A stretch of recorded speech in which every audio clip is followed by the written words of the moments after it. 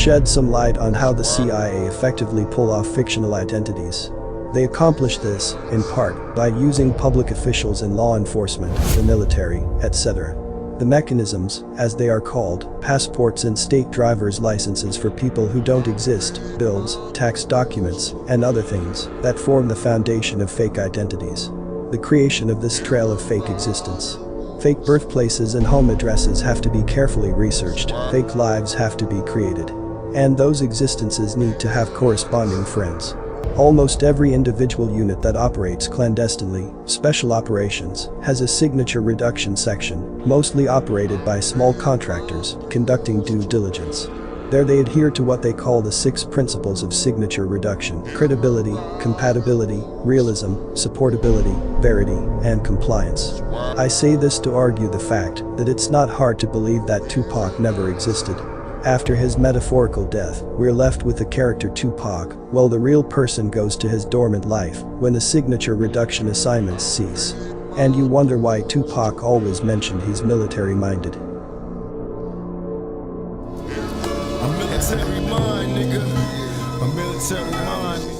Tupac Shakur was not his real name. This is an immediate and glaring red flag, as we have seen many famous celebrities, artists, politicians, and businessmen in the 20th century switching their names. We briefly touched on Tupac's real name, Hussein Parrish Crooks. Saying even his real name is a mystery, since neither of his parents were crooks. His mother was born Alice Faye Williams, and his father was born William Garland. So where did crooks come from? We aren't told. Here's Tupac's birth certificate. What stands out is that it was issued at the start of his career, as in Tupac the rapper was born. Note the issue date of June 6, 1990. Tupac appeared with Digital Underground January 30, 1990. If it's hard to see, here's a reference birth certificate.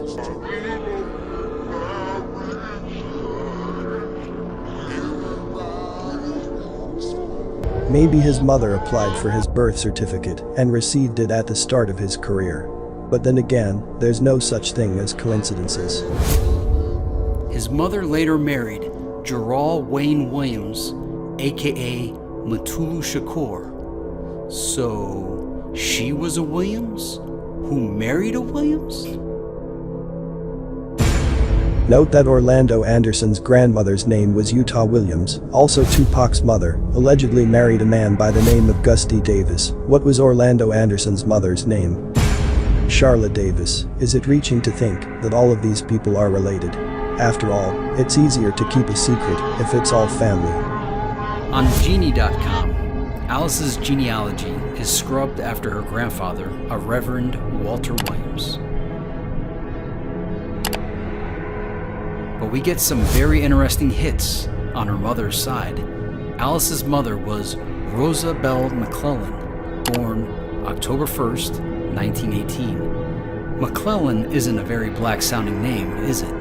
In fact, it probably comes from General George McClellan of the Civil War and General Samuel McClellan of the Revolutionary War. George McClellan was a close friend of the Stuarts and Hills, and the McClellans and Hills intermarried.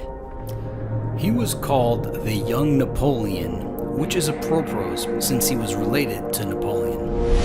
Alice's mother, Tupac's great-grandmother, was Rosa Lee Powell. Rosa Lee Powell was the daughter of Roosevelt Powell and Millie Ann Wooten. The line is scrubbed after Roosevelt, but that name is enough to clue you in. They took out the E to throw you off, as if that would work. But we have all we need, since Roosevelt is not a typical first name, and this Roosevelt was born decades before any Roosevelt became president. If we were to believe all of Tupac's family records, then we now know Tupac came from Roosevelts. Take note of the name Roosevelt, it is a Jewish name.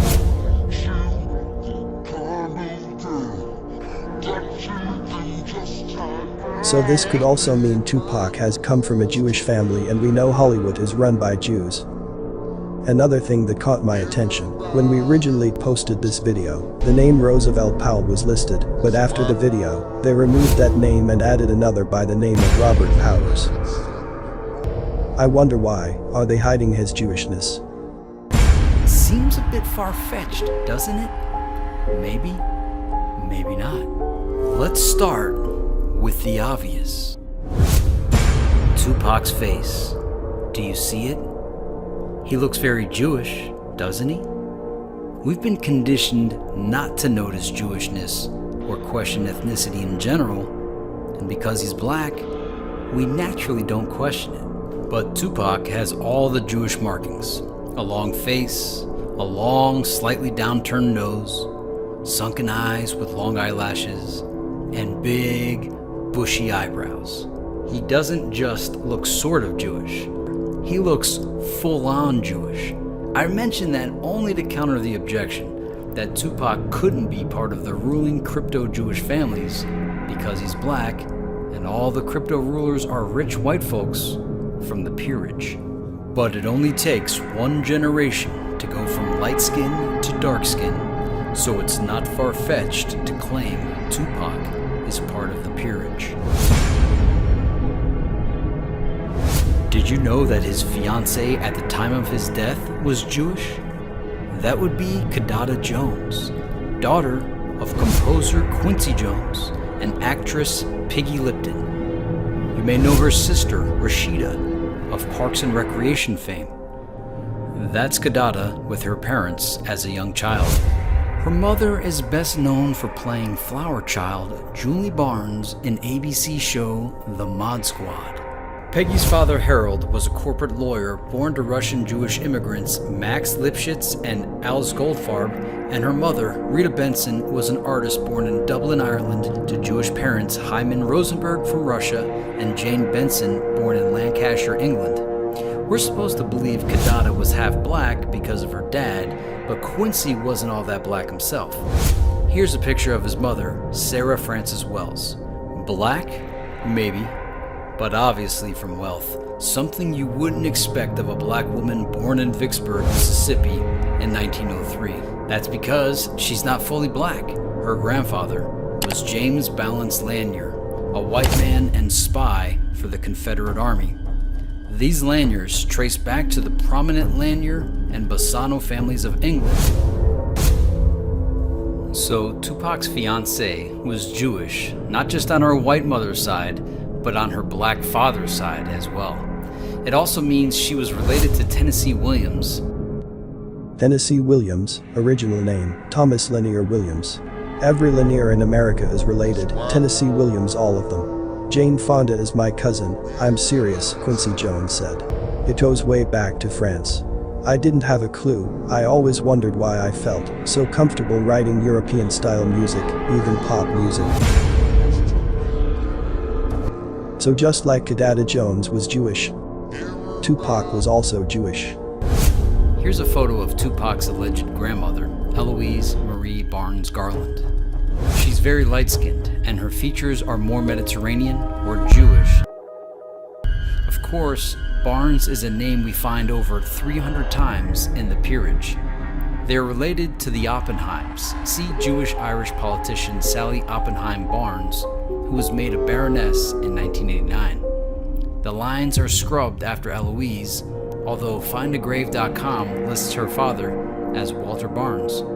If you search on that name, you find jazz musician Walter Barnes, born 1905. Eloise was born in 1930, so the dates match perfectly for this Walter to have been her father.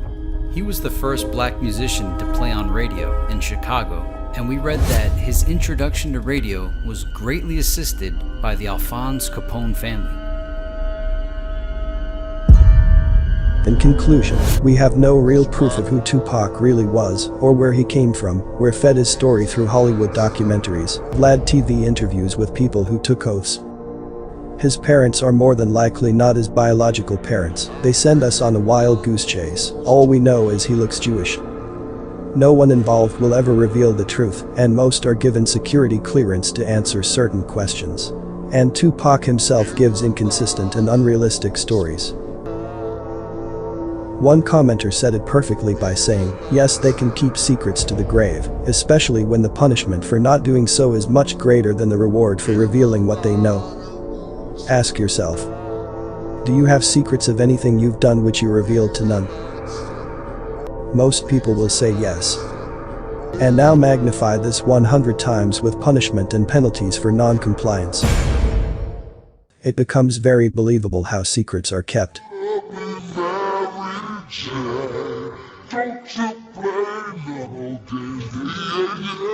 you say, what do I mean by that? Well, we got members that are from all different geographical regions throughout the... What's up, y'all? What's up? Smooth Eddie Humphrey in the house. That's right, Eddie Humphrey, but y'all probably know me as Humpty Hump. I like to rhyme. I like my beats funky. I'm spunky. I like my oatmeal. Keep it up, Humpty. Humpty. I'm sick with this. Yeah, he's got style, don't he? Humpty's nice. I'll eat up all your crackers and your licorice. Oh, yo, fat girl. Come here, are you ticklish? Yeah, I called you fat. Where did you get this character from, man? Is that cool? Yo, Shock, how was that? I like the first one a little bit better. First album Digital Underground released with Tupac. Notice how Humpty Hump and Shock G are in a Masonic black and white checkerboard pattern shirt because he is two different people. Duality. Introduced as divinity and royalty, the Masonic checkerboard floor is a symbol of the order and its rituals. Black and white represents duality, good and bad, yin, yang, the sacred, profane, and is interpreted as symbols of the evil and good of human life. Notice Tupac's is dancing on the floor of duality. He takes it a step further. Notice he has black and white shoes. Duality. Satisfy both sides. I'm a Gemini, so I can handle the little double personality type. You know what I'm saying? It ain't nothing. Let's break down the symbolism behind his first and last album covers. Is it my turn to wish you were lying here? I tend to dream you when I'm... The 7-Day Theory album, it's packed with Masonic symbolism. Not only that, but his Tupacalypse Now album is too. Is it my turn? Fiction of my world. Let's start with the Tupacalypse Now album. Even imagine your On the cover you can see him surrounded by 4 men in black hoods. These men represent the 4 horses riders of the apocalypse. War, civil strife, hunger and death. 4 horsemen of the apocalypse. A rider on a white horse, on a red horse, on a black horse, and on an ash horse. All bring horrible things. If the prophecy has begun, then the terrors these 4 horsemen bring have already arrived. The Antichrist. He'll come preaching peace. This will be a person who will be so persuasive and such a lover of peace that people will be drawn to him and say, let's let him lead us instead of all these politicians. The word apocalypse is defined as a widespread destruction or a prophetic revelation of revealing hidden information. The presence of 4 horsemen signify the revealing of a prophecy. Thus this album cover is the introduction of Tupac's Black Jesus prophet character, because the presence of the 4 horsemen signify the revealing of a prophecy. See those black hoods that the 4 men are wearing that are completely covering their eyes. This is the Masonic initiation ritual of hoodwinking, where they cover the initiate's eyes to induct the candidate into acquiring the disclosure or revelation of new knowledge. Hood means head covering, such as hat, helmet, hood, and wink means to close the eyes or wince. Thus a hoodwink is a headdress that covers the eyes during an initiation ritual. Tupac's Black Jesus, initiating the 4 men with his prophetic revelation on the perils of the black community. Police brutality, violence, murder, gun violence, poverty, etc. Let's talk about the reality of police brutality. Let's talk about the reality of a situation like Rodney King. It's songs talking about strong black men fighting back. You know what I'm saying? Against an oppressor. You'll notice that the words Tupacalypse Now is colored in blue and red on the album cover. Tupac is colored blue, while the ellipse now is colored red. Think of red, blue Masonic lodges. Red, Blue, Bloods and Crips. It was styled on the Black Panther Party, which was formed 3 years earlier by Agent Huey P. Newton and Agent Bobby Seale. It's all Masonic, hence why the Crips and Bloods rap album cover shows both gangs standing on the checkerboard floor. Red is the color of the regeneration of life and the rebirth reform of souls, whereas blue is the sacred color of divinity, immortality and universality. An apocalypse is an announcement of a revelation. A revelation is a disclosure of information to man by a divine or supernatural agency. Thus, Tupac's name was in blue, the color of divinity, on the album cover, because he is supposed to be the proverbial Black Jesus, giving a divine message or prophecy on the troubles of the Black community. He's supposed to be the messianic leader figure, divine voice of his people fighting against the corrupt system. And well, that's what this is. It's just soul music. It's like music for us to carry on with, for us to move on. It's battle songs. It's songs talking about strong black men fighting back. You know what I'm saying? Against an oppressed. You never hear me say a song about me just walking up and shooting a cop. It's always provoked. You know what I'm saying? It's always self-defense. And I want to get that strength back. The Tupacalypse Now album is named after the film Apocalypse Now, a movie about a US government military official being sent on a mission to assassinate a colonel who established himself as a god messianic figure. This is identical to people's idea that the government was on a mission to murder Tupac once he debuted, because he was exposing them, because he was a prophet and was going to lead the Black community, so the government killed him. The Illuminati was after him, so they assassinated him, and so forth. Coincidence? Nope. It all goes back to COINTELPRO. They wanted to counter the possibility of a Black messianic figure rising from poverty to lead and electrify the Black community. To stop this from happening, they manufactured one themselves. Who did they choose? Tupac. The messianic Black Jesus symbolism on his first and last album and throughout the rest of his career and artwork is a reference to all of this, him being created to be a faux prophetic leader, rebelling against the government, hence why he was named after Tupac Amaru, a rebel who led an uprising against the government.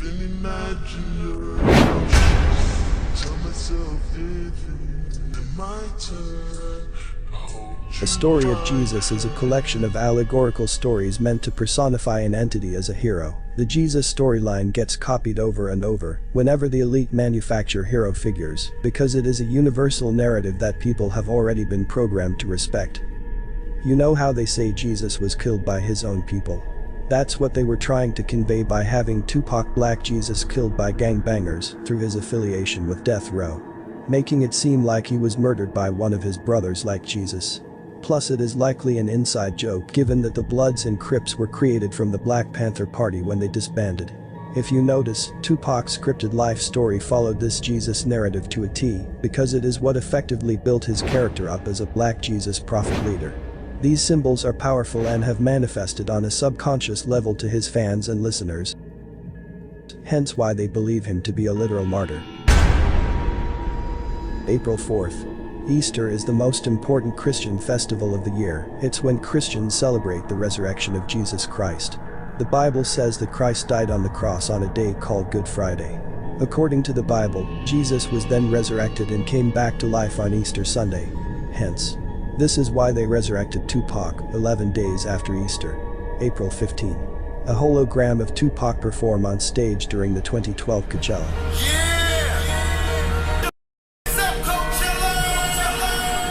And what's the first song they chose to perform?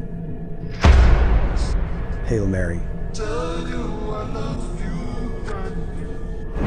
Listen to Hail Mary, where he chants, God said he should send his one begotten son to lead the wild into the ways of the man. Follow me.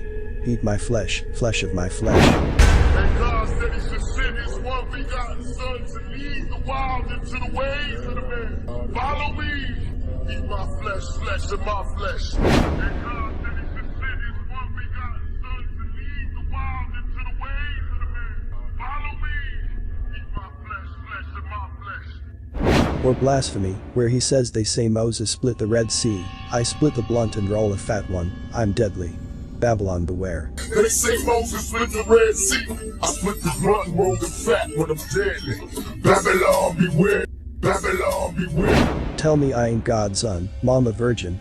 Tell me I ain't God's son, nigga mama virgin. Tell me I ain't God's son, nigga mama virgin. Or more importantly, brothers getting shot, coming back resurrected. Brothers getting shot, coming back resurrected.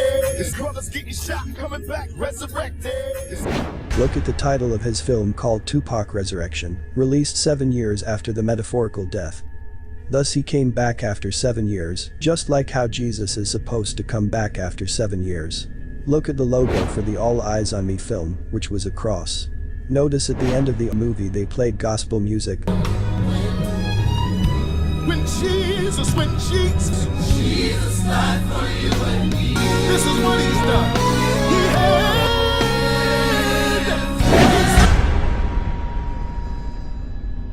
Look at the events in his scripted arrest, trial, death, crucifixion, and resurrection. Look at how the character died on Friday the 13th, Good Friday, just like Jesus. Look into how he claimed he was shot 5 times, just as how Jesus received the 5 holy wounds. I got shot 5 times. 1, 2, 3, 4, 5. You know what I mean? And I got crucified to the media. You know what I mean? And I walked through with the thorns on, and I had on me, and I had the thief at the top. I told that nigga I'll be back for you, and trust me, I'll be back. So I'm not saying I'm Jesus, but this was not done by accident. Symbols have a powerful effect on our subconscious mind, and people familiarized with the story of Jesus will subconsciously pick up on the similarities and begin to associate Tupac with Jesus as they've already done. Look at how many Pac fans say that he was a prophet, a reincarnation of Jesus.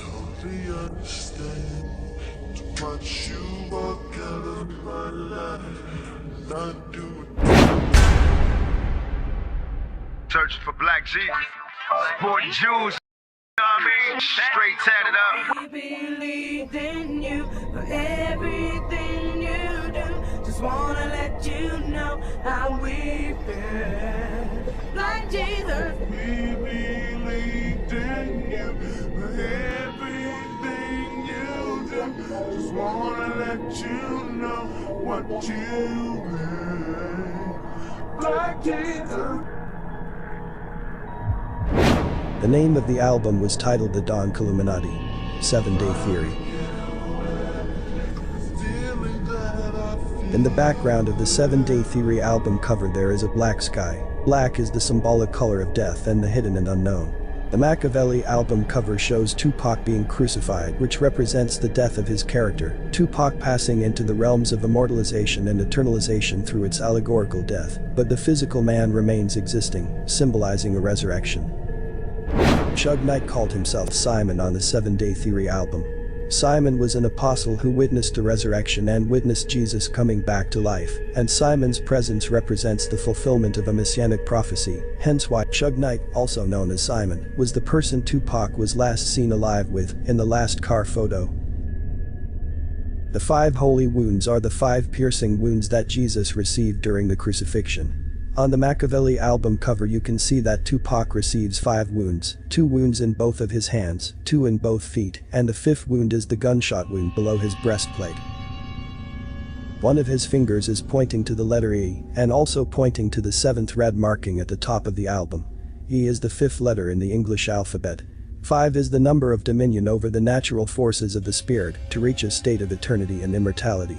5 symbolizes life from the physical plane to the spiritual plane. Note that on the Machiavelli album cover, the water lake behind him is red. This reflects the blood of Christ or the sacrificial lamb as the means of redemption of humanity, hip-hop. There is also a compass on the very top of the cross that Tupac is being crucified on. The compass is a Masonic emblem of the heavens and the mortal spiritual nature of man, symbolizing the transition from life to death. And that's it. The programming or prophecy is complete. He fulfilled the role, his character died and became immortalized. Fans view him as a prophet who was killed by the government, which is the exact storyline and plot of the film Apocalypse Now that his debut album was named after. He is the god of rap who was crucified by the media and killed off or sacrificed before he could start a political party and lead his people. By the next election, I promise. By the next election, I promise. I'm gonna be sitting across from all the candidates. I bet you we will have our own political party. The street, Flamingo, that Tupac metaphorically died on, was not a coincidence. It served an esoteric purpose in his exit story, as it is also symbolic of death and rebirth. In Egyptian mythology, the flamingo became Bennu, who was the inspiration for the phoenix bird in Greek mythology. Bennu is an ancient Egyptian Kemetic deity symbolizing creation, the sun, and rebirth.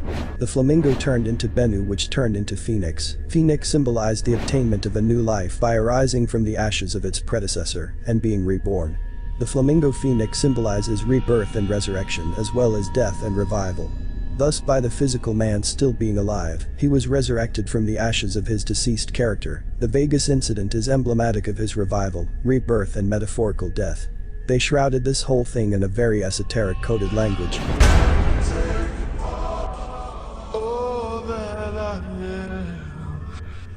Anything that I would not do since I died without you.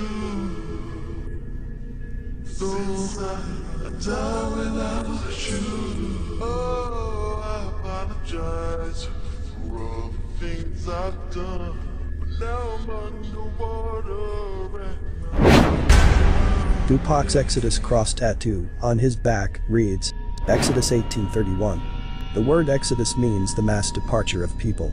Exodus 18:31 specifies different theories.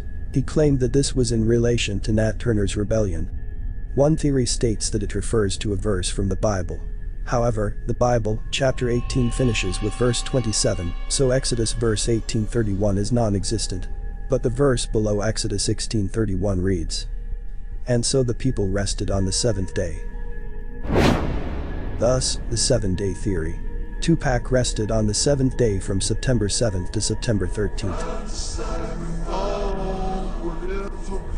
Tupac also has skull and bones tattoo on his arm. The skull and bones is Masonic. It is a symbol of mortality. Symbolically, it indicates that death is a doorway, not to be feared. Hence, why below the skull tattoo it says, My only fear of death is being reincarnated. This tattoo says, Be ambitious with love, while young. It's a skull goon with a bandana over its mouth, and a money sign on the beanie that he is wearing. When he says be ambitious with love, he is referring to the love of money, hence why the goon is holding a scale with money in its hand. The scale represents equilibrium, precise measurement. The balance scales was needed to ensure equilibrium and justice in the monetary exchange, so he expects to get paid in accordance with the effort that he puts into playing the role. Bandanas being worn over the mouth symbolizes hiding the identity, thus he is hiding who he truly is. So this tattoo just symbolizes his chase for money, selling himself out for the almighty dollar, and hiding who he truly is.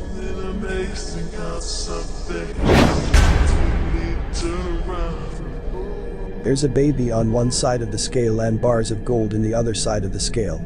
That symbolizes him being born into the role, and will be monetarily rewarded for it, thus it creates a balance. He also has a tattoo of Jesus being crucified on a burning cross with the words, Only God can judge me next to it. The burning cross is used as a declaration of war. He also has skulls next to the crucifix. Skulls symbolize death and mortality. So he's declaring war and death on Jesus and clearly has some sort of remorse behind it, hence why he defends himself by saying, Only God can judge me.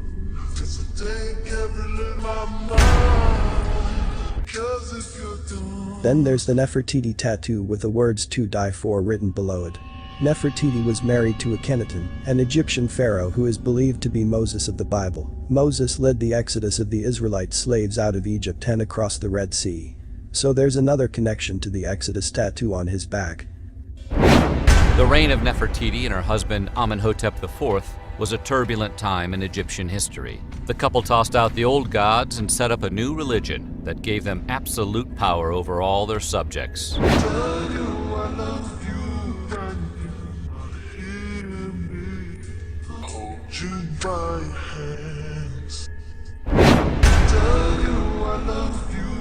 Tupac's euthanasia logo is a fallen angel.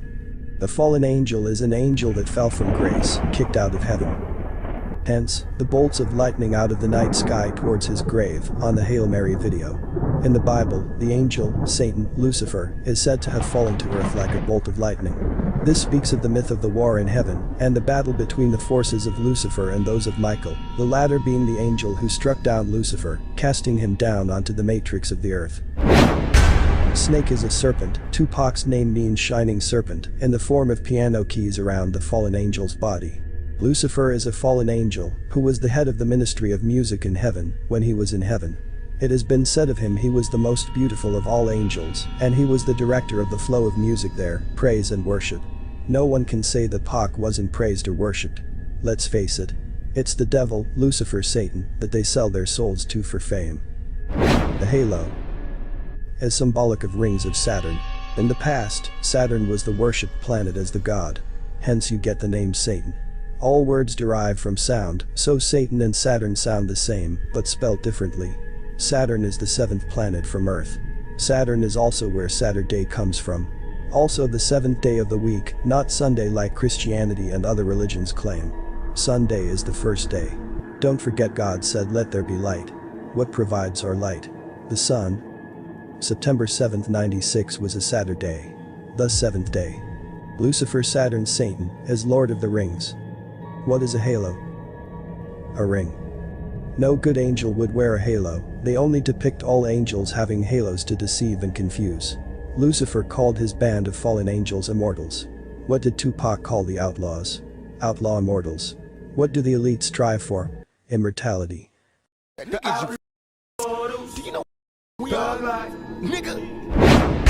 Why would a good angel have a snake, serpent around him? Why have a fallen angel medallion if he was supposed to be a soldier of God? And that Tupac worked like a demon to make sure that he had, and that Tupac worked like a demon. 666, it has multiple meanings. It represents the Merkaba, the Star of David, the 6 protons, 6 electrons, 6 neutrons, carbon-12 structure that composes human DNA. Christians get the number 666 from the verse in Revelation 13:16. The hand sign where you hold 3 fingers up, the circle also represents the female genitalia and means infinity or perfection. Others believe that it is the sun deity, Lucifer, the goddess and the beast, Antichrist, 666, all in one unitary hand sign. It's an ancient Masonic hand symbol. Here's how they define it. Yoni is simply their method of vowing mutual friendship, and is similar in meaning to swearing by the grasping of the phallus, and like our uplifted hand, and like when taking an oath is an appeal to the divine creator as a witness of truth and goodwill. This is an ancient and modern symbol, often worn as an amulet. It contains libations which are poured upon the phallus, but more especially upon the prolific womb. So yes, people will define it differently, since it has become a universal hand symbol meaning okay. Christians see it as the mark of the beast, whereas Freemasons view it as a symbol of the female genitalia. The circle made with the fingers represents the vesica piscis, which is the shape of the vulva. It represents the prolific womb which when combined with the phallus represents divine creation. I ain't stopping till the show is over, 'cause I'm a rider in and out just like a robbery. In and out just like a robbery. I'll probably be a freak and let you get on top of me. When he does that hand sign he says in and out just like a robbery, which ties into the Freemasons' meaning. So that was a Masonic hand gesture depicting the vulva, which combined with a phallus equals sexual intercourse. It's an ancient occult symbol that symbolizes the female genitalia. Our relationship was really a relationship that we searched for knowledge, we explored together. And I'll just tell you a book right now, it's been around for a long time. It's called Ponder on This. Tupac studied writings of Alice Bailey. Satanist Alice Bailey allegedly created a 10-point plan, and here's some of those plans. Number 1, take God out of church. Number 3, destroy the Judeo-Christian family structure. 6, make homosexuality alternative lifestyle. Number 8, use media to change the mindset. Number 10, get government to make all of these laws and get the church to endorse these changes. The fake stories about him shooting 2 cops and the fake stories of him starting a political party. It's all lies and fiction to convince people that he was an activist for the black community, so that when he is killed off, it will look as though the government assassinated him. That's it. You've manufactured and created a hero. It's social engineering at its finest. Build someone up and then pretend to kill them off. And then you worship them.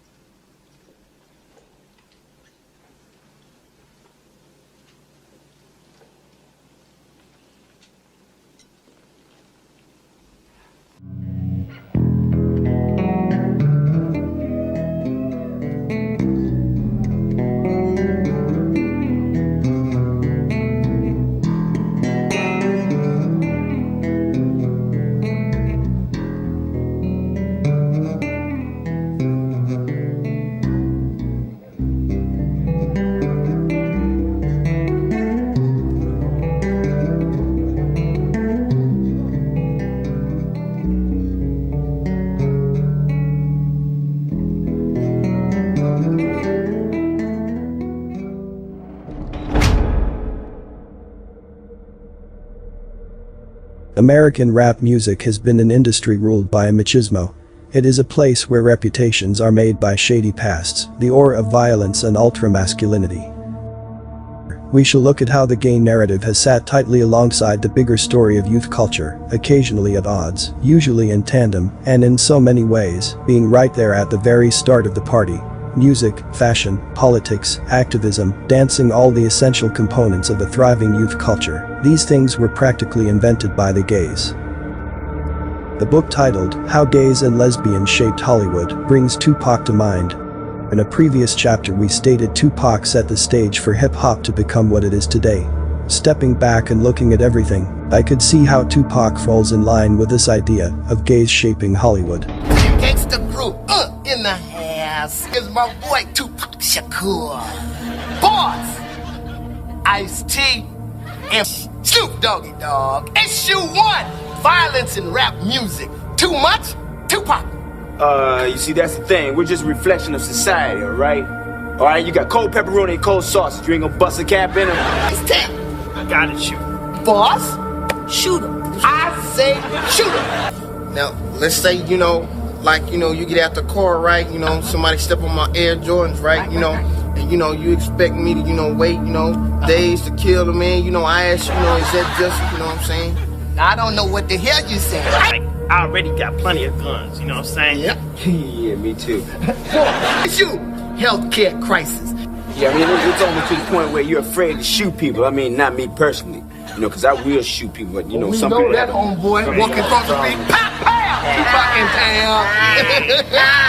Hey, not until we have universal health care in this country will you be able to be free to shoot anybody, anytime you choose. I tell you what about NAFTA, all it means to me is that I can shoot cops in 3 different countries. That's all that means. Bang, bang, bang. Well, I mean, hey, shoot to kill. Shoot to kill. All right, shut up, Tupac. I predict the cops are gonna insist on harassing me every time I bust a little cap in somebody's butt. I'm gonna blow out your other eye. Yo, after you point that thing. Hey, shoot dead. Hey, don't point the thing, little man, understand what I'm saying? All right, now dropping Snoop on your 6 feet. That's all the time you got for tonight. We're clear, can I have the props? I need the props. Great job. Thank you. I was playing golf. I'm sorry, excuse me, Mr. Snoopy Dog. It's your stockbroker. Oh, man, what's up? I told him to keep his money in utilities and he just doesn't listen. Hussy, she's got 6 condos in Long Beach. Oh, you're flying. Now, what's a guy got a pimp slap to get a cappuccino around this place? Hussy, she's got 6 condos in Long Beach. Oh, you're flying. Once you look back, you start to notice that Hollywood has always made references to Tupac being bisexual. Pay attention to the clip and notice out of all of the rappers they made Tupac the gay one. Inside Hollywood joke? Maybe, but it doesn't stop there. In utilities and he just doesn't listen. Hussy, she's got 6 condos in Long Beach. Oh, you're flying. Now, what's a guy got a pimp slap to get a cappuccino around this place? You ice cream. In a sense, the In Living Color skit told the truth about the artist of that time. The female rapper Boss was exposed for being a fraud, Snoop was never a gangster, and Ice-T was nothing more than controlled by the United States Army, with his scripted cop killer controversy. Made to appear as the dumbed-down poor street thugs, but in reality, these actors were very intelligent individuals, so what are they saying about Tupac? Let's rewind all the way back to his interview at 17 years old. One thing to take note of, his excessive hand gestures. This is almost a telltale sign that someone is probably gay. The key to this one is that if you're a man who is attracted to another man, you'll tend to move your hands around more than the average person when speaking.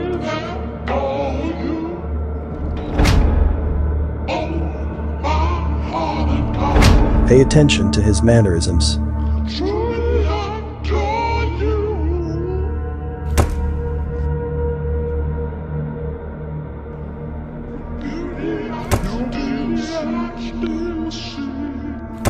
As soon as you bring up the word fornication, as soon as you bring up the word fornication, as soon as you bring up the word fornication. Just what you mean to me from the first moment I saw you.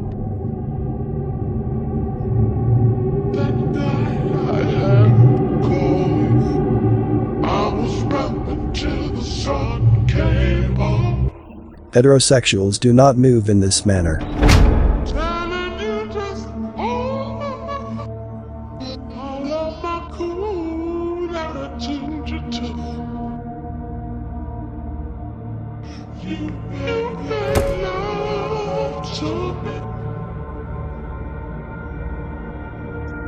But then, like I was liking this girl in town.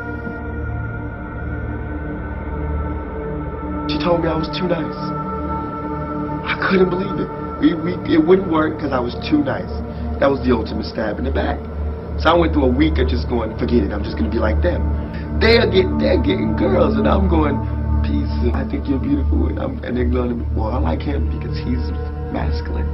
I'm masculine. Well, I like him because he's masculine. He has what they call a gay-sounding voice, which means he sound and move like something you might expect from a Kardashian. He draws out some vowels with a melodic swing. Tupac went to the Baltimore School for the Arts, took theater, ballet. Let's listen to kids that followed the same classes as Tupac. Oh, at 6 o'clock, I managed to pull myself out of the bed. Around 7:30, I meet my friend Samuel and we walk to the bus stop. Lesbians and gay men became fixtures in the theater. The theater has been labeled as an effeminate activity by American society. This doesn't necessarily push gay men towards theater, but it prevents many straight men from participating and being interested. We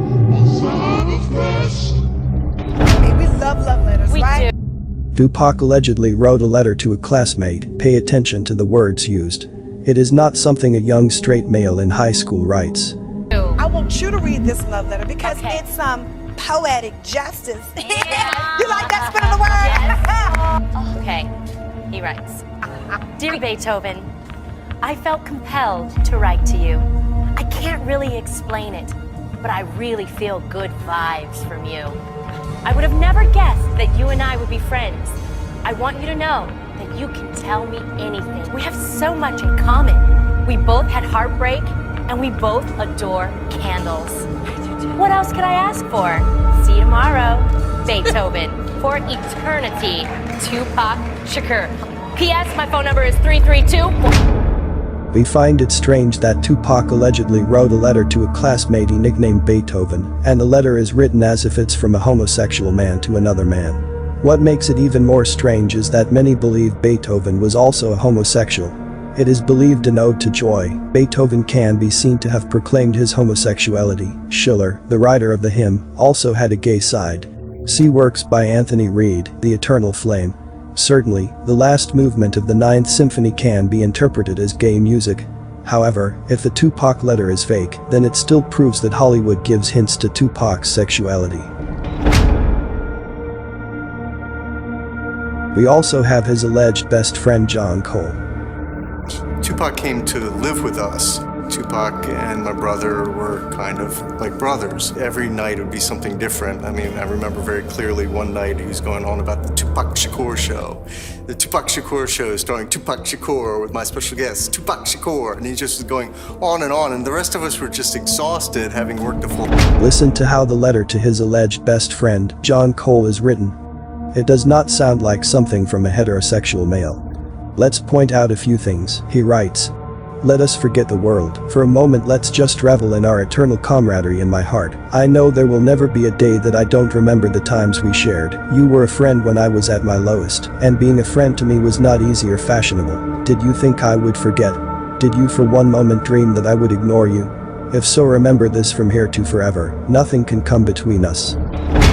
I feel like a tragic hero in a Shakespeare play. You know what I'm saying? I loved my classes. We were exposed to everything. You know, theater, ballet. Gays were always into like theater like that. That's what made a lot of people not want to f with it. Like when I was young, I wanted to get into some acting. When I saw the kind of people that was with theater, I don't want to do that. Well, in fact, if you go back to Shakespeare time, men would play women. Yeah, there were no women who were basically allowed to act in plays. You know what kind of gay is that? That's some gay. You just want to be around men the whole time. No. You got perfectly willing women that want to come in there and play a woman's part. No, I want Larry to do it. Put on this wig. Yeah, come here. Give me a hit. Give me a kiss. Let's hug. Yeah, okay. Romeo and Juliet was two men. See what I'm saying? They say that your man Shakespeare was gay. Oh yeah. Shakespeare was gay. This is what they say. I don't know. I wasn't there, but this is what I hear. Yeah, Romeo and Juliet was performed originally by two men. All of that. All men. I wonder why. You know why. Because one day I asked Tupac, what type of actor do you want to be? And he just immediately replied, a Shakespearean actor. No, I made a joke about it. I said, you know what, man? I picture you in ruffled collars and tights. As I'm sketching him, I told Tupac that I would call the painting Shakur speed. It was just one of those moments where as though he really expressed to me his love for Shakespeare. That's what Tupac was. His acting, his craft, his art. Here we have Tupac and Jada dancing. But notice how Tupac is moving more ladylike, while Jada is moving more like the man. The story was released with a set of pictures claiming Tupac was running around the party pulling his pants down, showing other men his private area. That in itself is suspect for a young black male. However, if we look at the set of photos, we notice there are not many females shown. It's majority men. Tupac stands with his private area exposed, while another man's hand is in close proximity. Any closer it would be in his hand. Choker chains. The 1990s trend has a long history. During the French Revolution, women used to wear red ribbons around their necks to pay homage to those who met their death at the guillotine. They're generally considered to be female accessories. And seeing it on a young black male from the ghettos of Baltimore in the early 90s is very rare.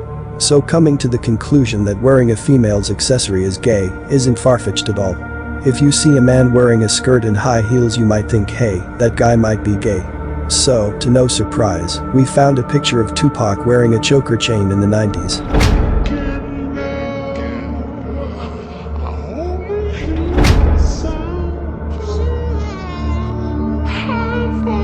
Straight men did not wear these during these times. As of now, choker chains have now re-emerged and are now made normal by male rappers, which ties into the beginning, homosexual-shaped Hollywood. Don't be so sensitive.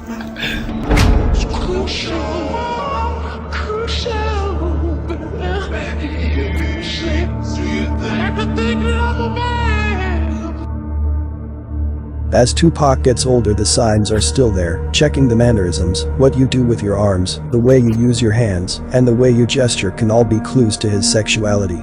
For example, watch how Tupac says all about females. It's very feminine. Gotcha, you want some water? All about it. All right. Gotcha, you want some water? All about it. All right. This Tupac, I don't think I want this, and Tupac, I got him this really great leather vest. He liked leather vests. He had one, I didn't like it. I got him one that was really great. Tupac's stylist was a gay man. In fact, he states Tupac had a leather vest already, but he gave him another. We can argue that this isn't a vest for a man at all, it's a woman's underbust corset. Tupac's famous bathtub photo was photographed by David LaChapelle, who's also a gay man known for taking lesbian and gay photographs.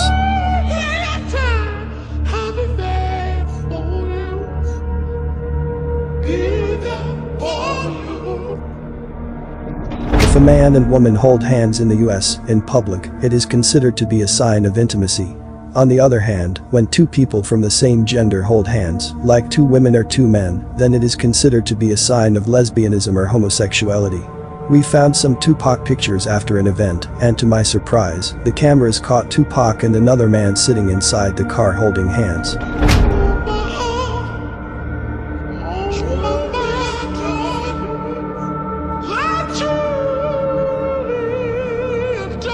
Straight women are emotionally attracted to gay men. Most straight women don't feel sexual toward them, and the relationship doesn't carry the threat of sexual tension. The relationship allows for a safe space in which both parties can let their guards down, be themselves, and share their feelings openly.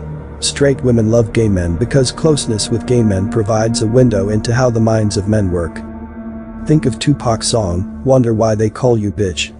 This explains why singer Adina Howard and other females explain there was no sexual attraction towards Tupac. He never tried to kiss me. He was never disrespectful. People thought we were sleeping together. I was like, ew, are you freaking kidding me? I was like, that's gross. People thought we were sleeping together. I was like, ew, are you freaking kidding me? I was like, that's gross. And, you know, it was something like, I don't want to sleep with him. Granted, he was a very nice looking young man, but it was like, dude, I'm not about to be another notch on your belt. Dude, I'm not about to be another notch on your belt. Adina Howard says she's not about to be another notch on the belt, and most Tupac fans will say she's not being honest due to their perception of Tupac. But let's look at this realistically. Singer Adina Howard has been in relationships with other entertainers, such as rapper Coolio and Wanya Morris of Boyz II Men. Coolio had to venture into porn after a short-lived rap career in the 90s, and as a Grammy Award-winning artist at the height of his career, Coolio had money and women. Groupies. So you have all these girls on that bus right now. Right. Okay, what's the percentage you're gonna hook up with? Like, you know, you have all these white girls on that bus. I do one at a time. Okay, look, do you like white girl? What kind of girls do you like? Do you like white, black, Mexican? All kinds. You travel everywhere though. Right. Do you like, what do you prefer? Like, what are the percentage of the girls you hook up with? White, black, or Mexican? What city has the best girls? Who gives it up most? The white girls, the Mexican girls, or the black girls? English girls. English. I haven't been overseas. English girls are easy. But the white, are they white English girls? White, black, Persian, they easy. Asap asked Sean from Boyz II Men what's their most bizarre groupie story. Sean of Boyz II Men replied, there is too much to say, but the ladies love when we bring out those roses for I'll make love to you. So Adina Howard saying she doesn't want to be another notch on his belt does not make sense, being she's another notch on the rapper Coolio's and Boyz II Men. This leaves one to believe there's a deeper reason behind it. Dude, I'm not about to be another notch on your belt. That was just my boy. He was just an awesome individual.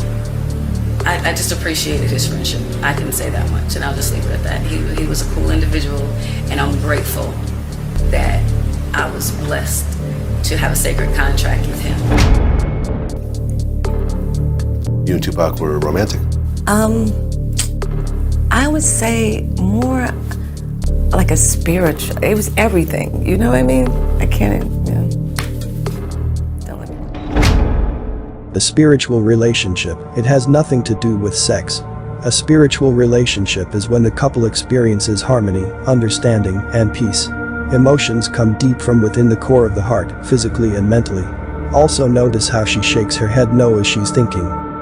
The reverse yes and no head shake, this is one you really have to pay attention to because most of the time it isn't the person who is vigorously shaking their head no, it's the person who is being still while their head just ever so slightly shakes no.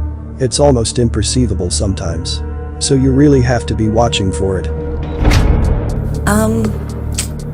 I would say more like a spiritual. It was everything. You know what I mean?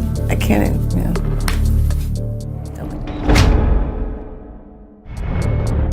I think I'm hearing you say that while Keisha and Tupac were married, that there was in fact no conjugal relationship between the two of them while he was incarcerated. A lot of people would think it was a marriage of convenience, and that, but they decided not to. He didn't want to. And tell me again, in your words, why he didn't want to do that? Because you know, a lot of folks watching right now don't understand why. He didn't want people to think that that's why he married me.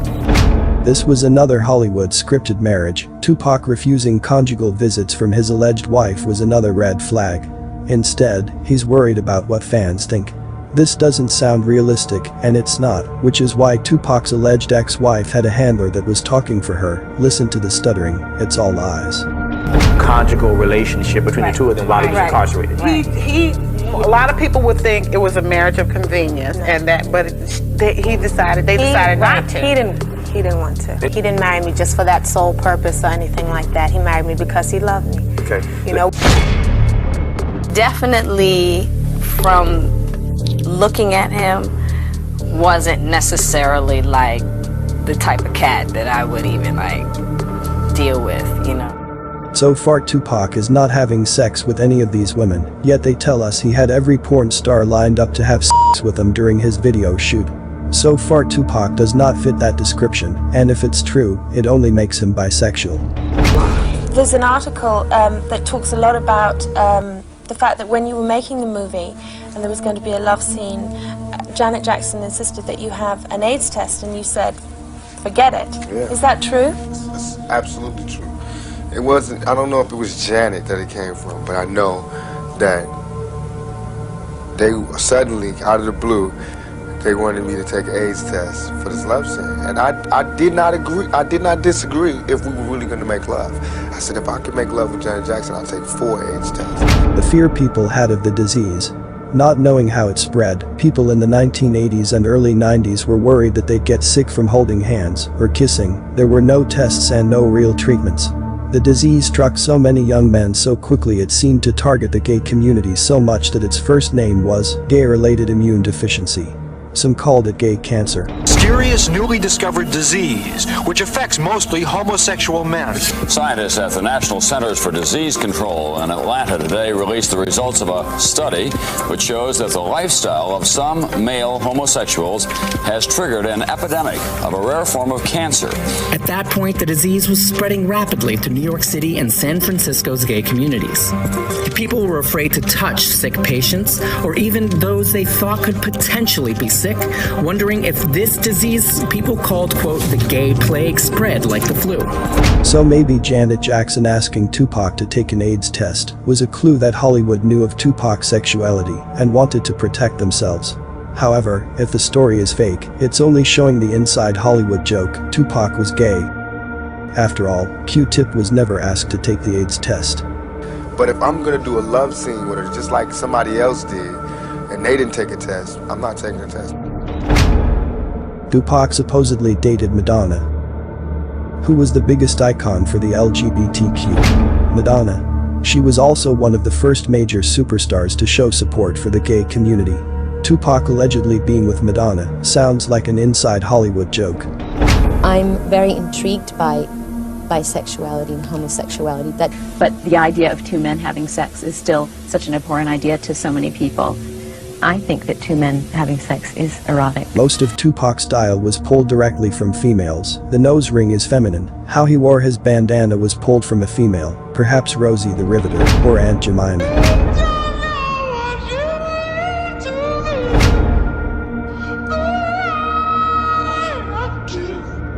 Physiognomists, who believed that physical appearance and mannerisms were evidence of one's character, failures of manhood, such as homosexuality.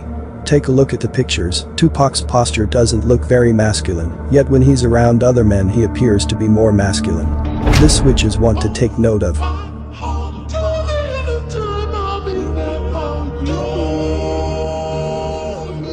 The industry pointing at Tupac's sexuality once again.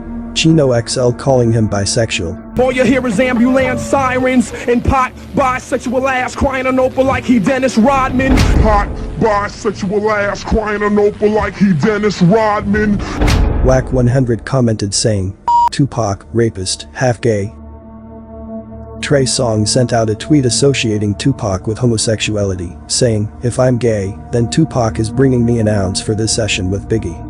The movie Friday After Next, they associated Tupac with a gay character, as if there were no other relevant rappers in 2002. They staged Jussie Smollett's attack story in the media for promotion. Jussie said at a concert, emphatically, I'm the gay Tupac. The kid from Africa that looks like Tupac, they made him go viral, doing photo shoots dressed as Tupac, he's also gay. The production of Tupac toy appears to be gay.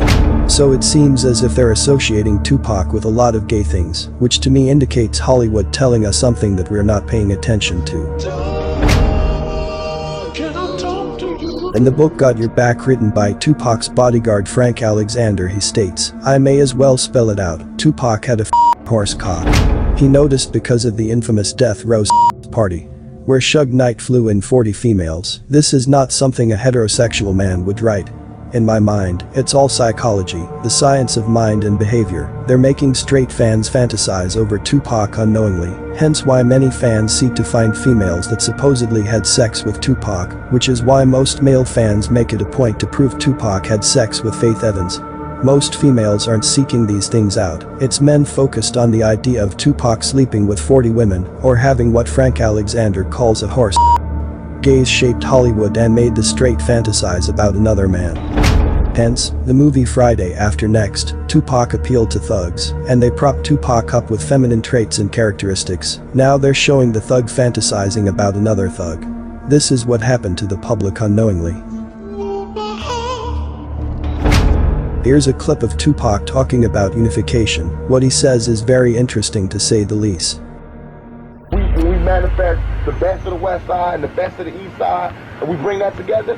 You know what I mean? When East Coast G's have sex with West Coast G's, these G's being women. He says East Coast G's have sex with West Coast G's. He stutters and corrects himself by saying these G's being women. Most will say he's saying having sets. SETS. But if that's true, he wouldn't have to correct himself to say women.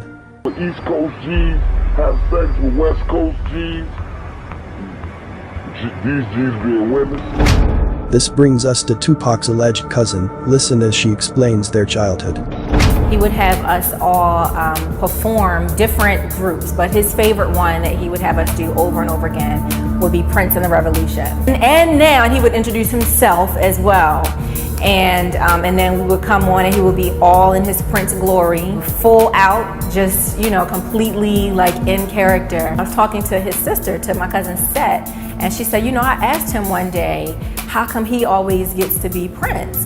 And he got offended and he was like, I'm out here getting us work. Are you gonna be out here booking us jobs and getting us performances? And if anybody had a problem with me being Prince, they need to let me know. So I was probably 11, he was probably about 16, 17. I'm between 15 and 16, I'm between 9 and 11. It was not a joke. We were Prince and the Revolution.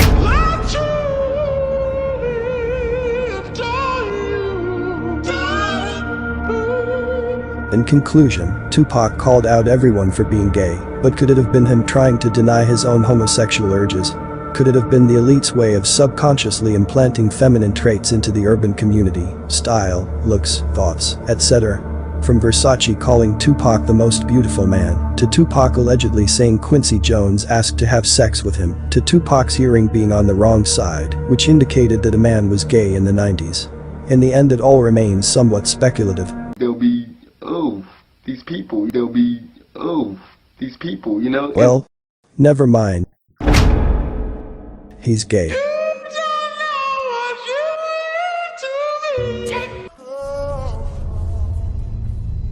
Come on and rock me.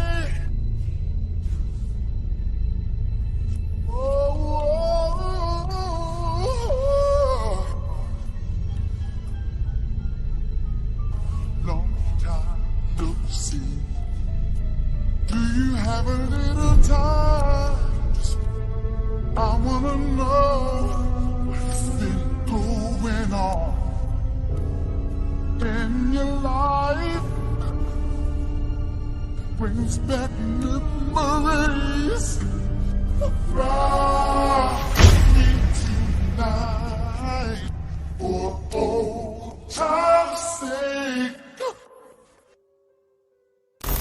It's like this. The masses, the hungry people, they outweigh the rich. So as long as I appeal to the hungry and the poverty-stricken people, it's all good. I'm gonna have a job for life. It's these rich people who worried about the fooling the poor people. It's these rich people who worried about the fooling the poor people. There's a weird game that goes on because now, as a result of your art, you're becoming one of the rich. Yes. Why do beliefs in music artists persist? One contributing factor is likely the fact that media have exposed them to us repeatedly. In the original video, we used lean and honor to explain mind control. For this version, we will simply use quotes. Understanding the part of the programming that we received. Programming is whenever you get to the repetition. Whenever you hear a rap song, there are things that are going to be said over and over again. They're going to be words that are going to be used over and over again. There are going to be particular phrases. They're going to be said over and over again. And the repetition becomes a program. Anytime you get the repetition of a thing, it becomes a program.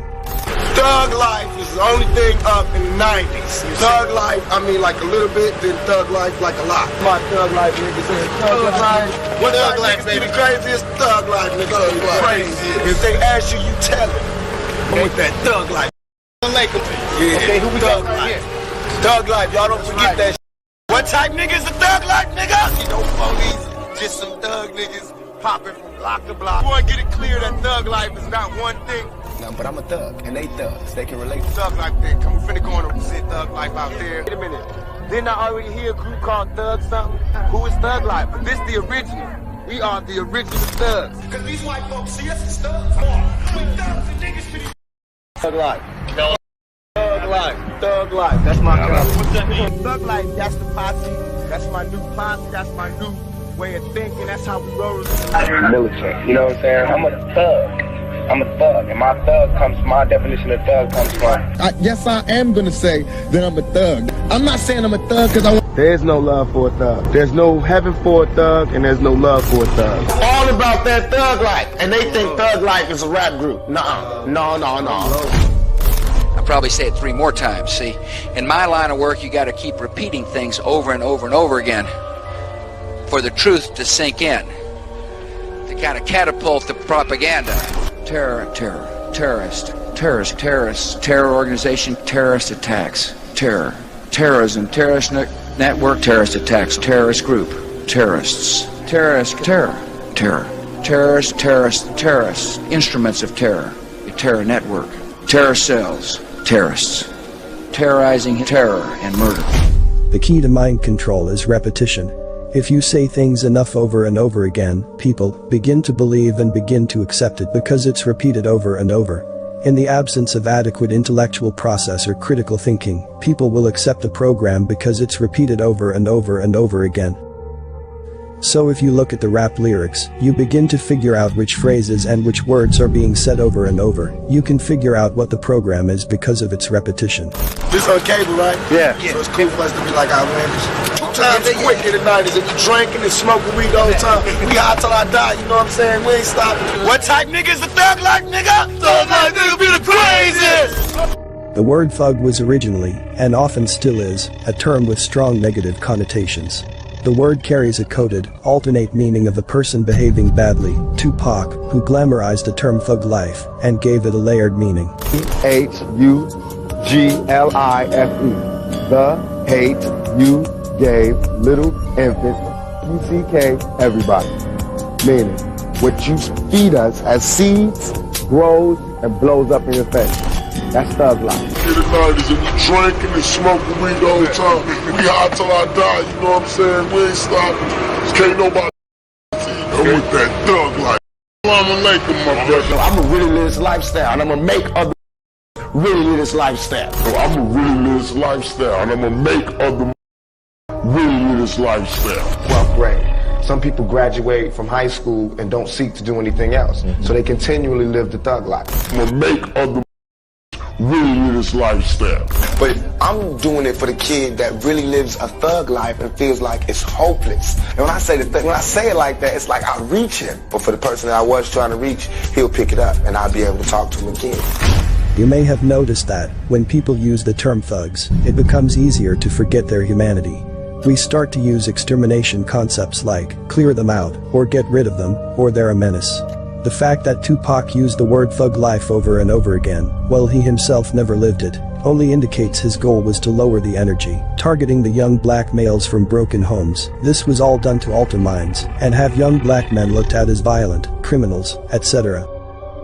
Look at his tattoo, his clothing line, all used for embedding that thug mentality in our minds.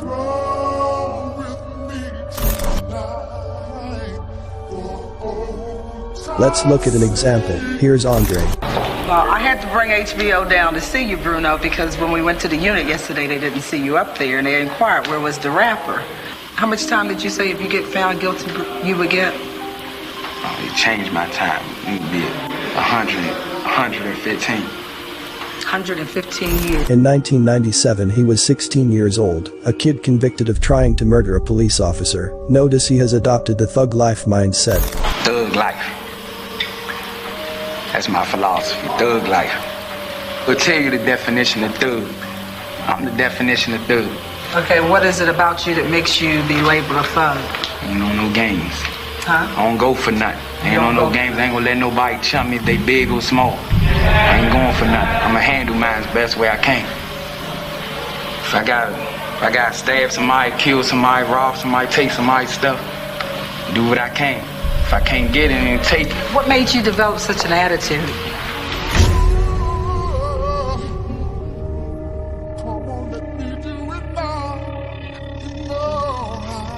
As you look in his cell, what do you see? A picture of Tupac, and if that's not enough, he calls his friends the Outlaws. We got a thug family, we a family. We ain't separated, we a thug family. Andre even admits what he's lost in. I'm still searching for myself. I'm still lost in the life of thug life. You know what a thug is? Thug is like when you go hard, you don't care for whatever. Thug is a person who ain't never had nothing. Been struggling all their life, ain't never had nothing. Don't know what it mean. You can't sit here and say you ain't never had nothing. You got a coat on, you got some shoes on that cost money. You can't say you ain't never had nothing. Same to you. Man, I tell him, man, I'm thug life forever. You know, I'm in this. Always gonna be thug life? Yeah. The cycle continued because the brother of Andre has followed the same path. Kevin Bruno insists he's innocent. As the judge prepared to sentence him today, he became disruptive, calling the prosecutor a liar and interrupting the judge. U.S. Marshals had to forcibly remove him from the courtroom. It was March of 2013. Officer Sean Hickman was on patrol riding his motorcycle when Kevin Bruno deliberately rammed his car into Hickman, sending him flying 15 feet through the air. Hickman waited nearly 30 minutes for an ambulance that night. A jury found Bruno guilty of 9 counts, including assault with a deadly weapon. Do you see the domino effect of life?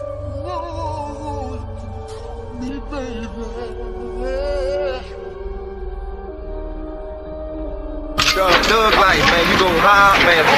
Everybody who you want say, man. You got to get yours, and fuck everybody else. You don't get yours, then you just show. No, you gotta do what you gotta take by, man. And I'm gonna make other really live this lifestyle. As Lean and Honor said, whatever is being said over and over again, that's the program that is being embedded into your subconscious mind, bypassing your conscious awareness, and being embedded into your subconscious mind is a program, and then later on in life, you begin to live that programming out without even thinking about it. Came in on a one-way trip to prison. That's what I called him, on a one-way trip to prison.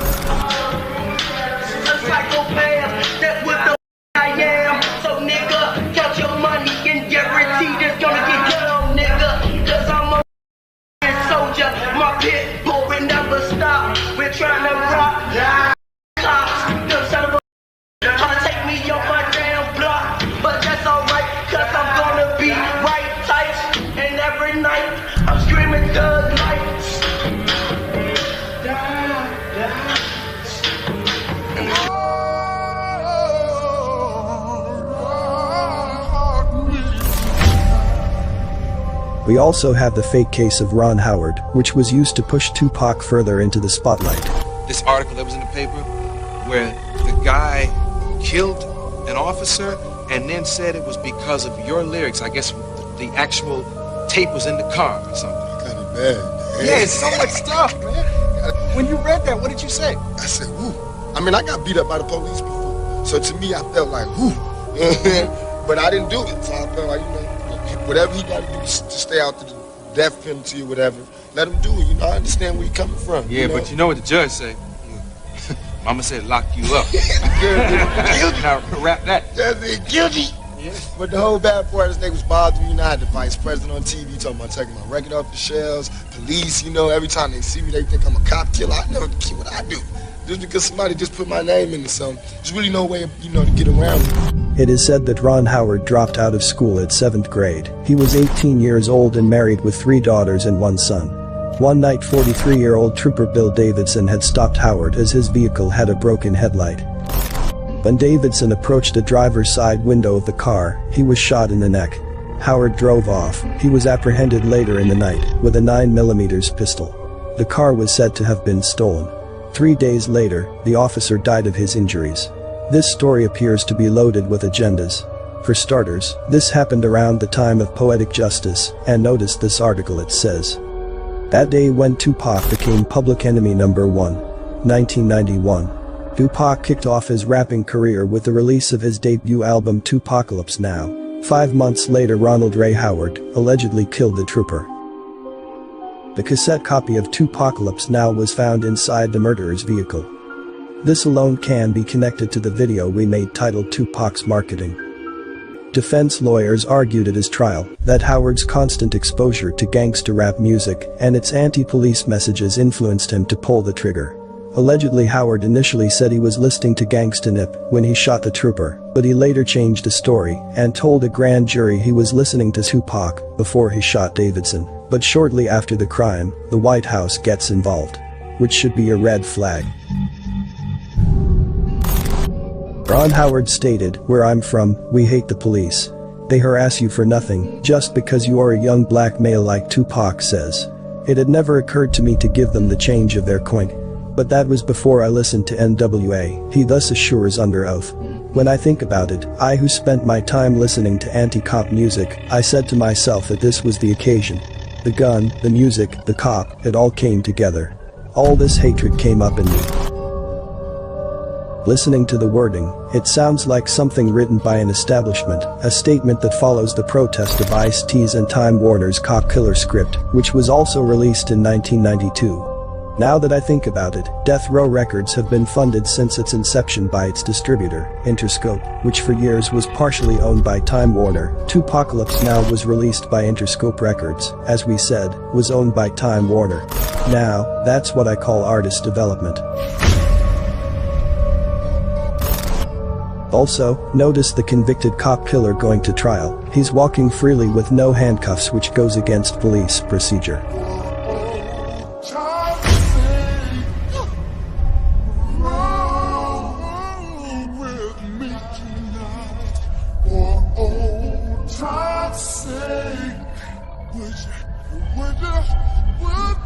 If you're saying we can't see his hands, just notice how he opened the door just ahead of the police officer. Cop killers will never roam the court or jail hallway freely. The photo of Ron Howard getting arrested looks 100% staged. A photographer happened to be on scene to snap this photo of Ron looking into the camera. Yeah, right, it's all lights, camera action. Just like the Rosa Parks photo, Martin Luther King's photo, Lee Harvey Oswald, and so many more. Trooper Bill Davidson was said to be 43 years old at the time of death. Here's his wife Linda Davidson. She shared a picture with no words, and it appears to be Trooper Bill Davidson.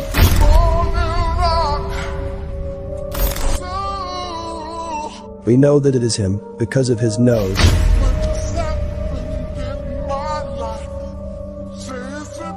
eyebrows,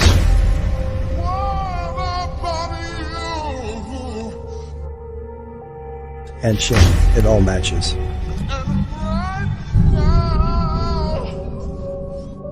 Bill Davidson was in the military. This picture, he's wearing the military hat. So ask yourself, he allegedly died in 1992 at the age of 43. Look at this picture. Does this look like a 43-year-old man? Is he fresh out of his 30s? No, this man is much older than 43.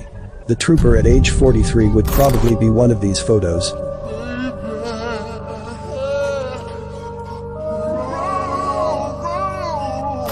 In fact, the photo doesn't even appear to be the quality of a photo taken from a home camera in 1992. So this only proves Trooper Bill Davidson was seen after his alleged death in 1992, which means that the entire case was a sham, meant to help thrust Tupac and gangster rap into the mainstream, a psyop, which techniques are used by military and police forces to influence the beliefs, emotions, and behavior of citizens.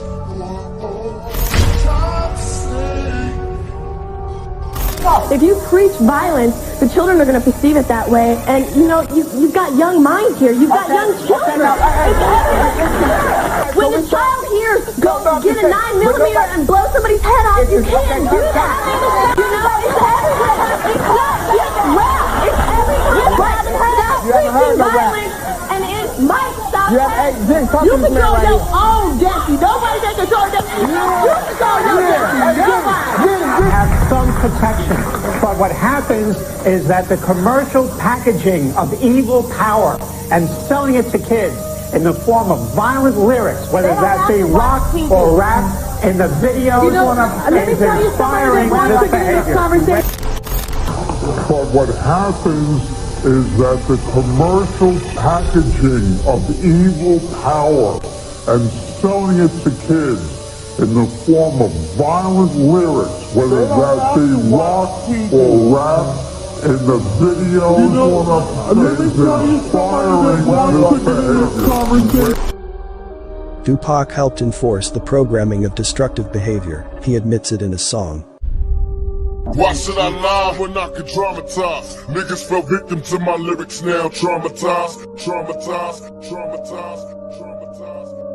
There's no reason for him to be dishonest when he can exaggerate a situation in which we all fell victim to his words, and some of us were physically injured. I'm gonna really live this lifestyle, and I'm gonna make others really live this lifestyle.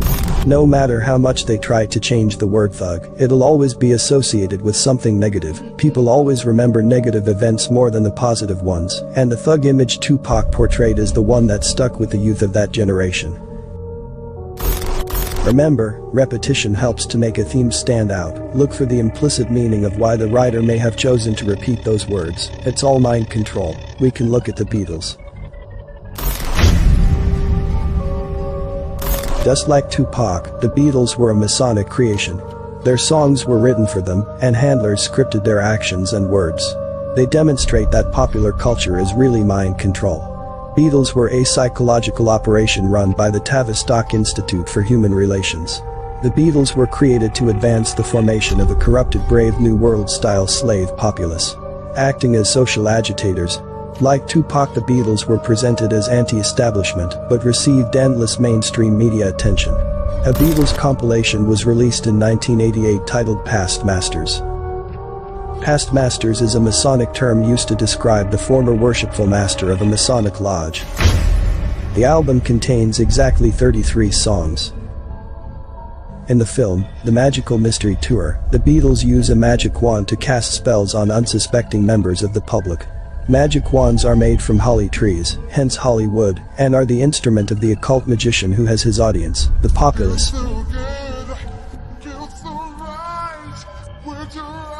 The group was a Masonic creation just like Tupac and many others. Listening to Tupac songs now you can hear the agenda behind them. Seems like the world is controlled by a satanic cult, the Masonic groups, that hates a god, and hates you and I. If it had said television is more popular than Jesus, I might have got away with it. Yeah. Well, some teenagers have repeated your statements that the Beatles, I like the Beatles more than Jesus Christ. What do you think about that? We meant more to kids than Jesus did, or religion at that time. I wasn't knocking it or putting it down, I was just saying it as a fact. And it is true, especially more for England than here. It's made a statement in all the newspapers that they're getting more better than Jesus himself, and the Ku Klux Klan, being a religious order, is going to come out here the night that they appear at the Coliseum here, and we're going to demonstrate with different ways and tactics to stop this performance. The Klan is going to come out here because we're the only organization that will come out and make a stop to these accusations. This is nothing but blasphemy, and we're going to try to stop it. Any terror way we can, but it's going to stop. We're known as a terror organization. I think we have a terror organization. We have ways and means to stop this if this is going to be the case. Yes. What ways and means? Well, I don't want to say this, but there'll be a lot of surprises Monday night, I believe, when they get here. Tupac's spell casting went undetected due to his charisma, his endless promotion by media, while delivering a rhythmic speech, punctuated by rhythms of emphasis on particular syllables and words, similar to those smooth-talking prosperity preachers. When I say I live the thug life, baby, I'm hopeless. So when I say hopeless, and when I say when I say it like that, it's like I reach him.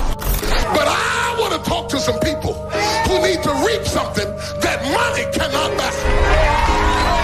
If you pick up the phone and sow money, you don't even need an anointing. If you sow money, you're going to reap money. God said, I'm going to give you some movement. You need to move so God can move. God said he would move if you would move. It's why fans throw money at anything Tupac related. Tupac has become a form of religion. Rhythmic sound not only coordinates the behavior of people, but it also coordinates their thinking.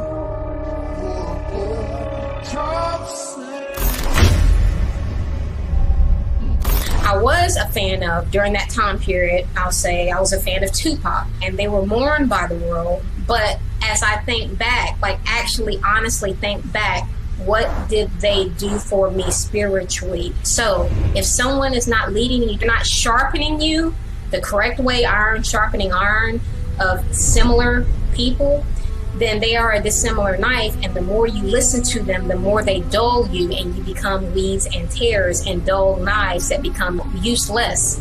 Useful to the devil, perhaps, when you put your trust in people, you know, with no morals, or people who only think about money. They end up betraying you at some point in time. What I'm trying to do, I'm trying to do is to break this kind of hypnotic trance that celebrity has on people, because I was a victim of it as well. And I listened to these artists, they were being used to kind of distract people, you know, and when you're distracted, you're dulled. You're either depressed or you're not spiritually fed by what these celebrities that have been put on this pedestal in front of you. You're not being spiritually fed by what they're giving you. And in worst case scenario, they actually look down on you. And if they don't look down on you, then they appreciate you to the extent that you are their fan. You know, you worship them, and therefore they like you, you know? But in the end, when it's all said and done, when this similar knife has dulled you because you've listened to their lyrics so many times, once you embody that and you're completely dulled, then you identify with the other destroyed knife as well, the destroyed celebrity. We're so hypnotized to, you know, the media. And I mean, when you think about it, it's very effective and efficient to prop up one person for a lot of people to worship. Therefore, you can kill more than one with one stone. When you prop up one person, that will lead millions in the wrong direction. Think about it. Think about how effective and efficient that is to prop up one person to lead millions astray. And then when that one person who is dulling the knives, you know, not sharpening, but dulling the knives and making you dull and useless and weeds, when they're taken out of the way, rather than us saying, okay, now we can be sharpened by, you know, iron, we're mourning those that were destroying us in a subtle way, because, you know, in a hypnotic, subtle way. And it's like we were entertained all the way through, you know, we're being entertained as we're being destroyed. But their death, once you've been destroyed by them, their death will be mourned, but yours will not. No one will think about the spiritual deaths that were accomplished through that celebrity, even in the short amount of time that they lived. So I say that in order to try to break the hypnotic trance that a lot of us have been put under, because in our most susceptible time in life, we were introduced to this entertainment. We confuse entertainment with actual usefulness. We confuse entertainment with actual spiritual food. And when we step away from that entertainment and really think about it, we realize that they left us with nothing. They left us with nothing. But Pop, before you leave, can you leave our youth with a positive message on it? Fortunately, I don't have any positive messages for our youth except keep your head up. You know, don't give up. Just stay struggling. That's as positive as it gets.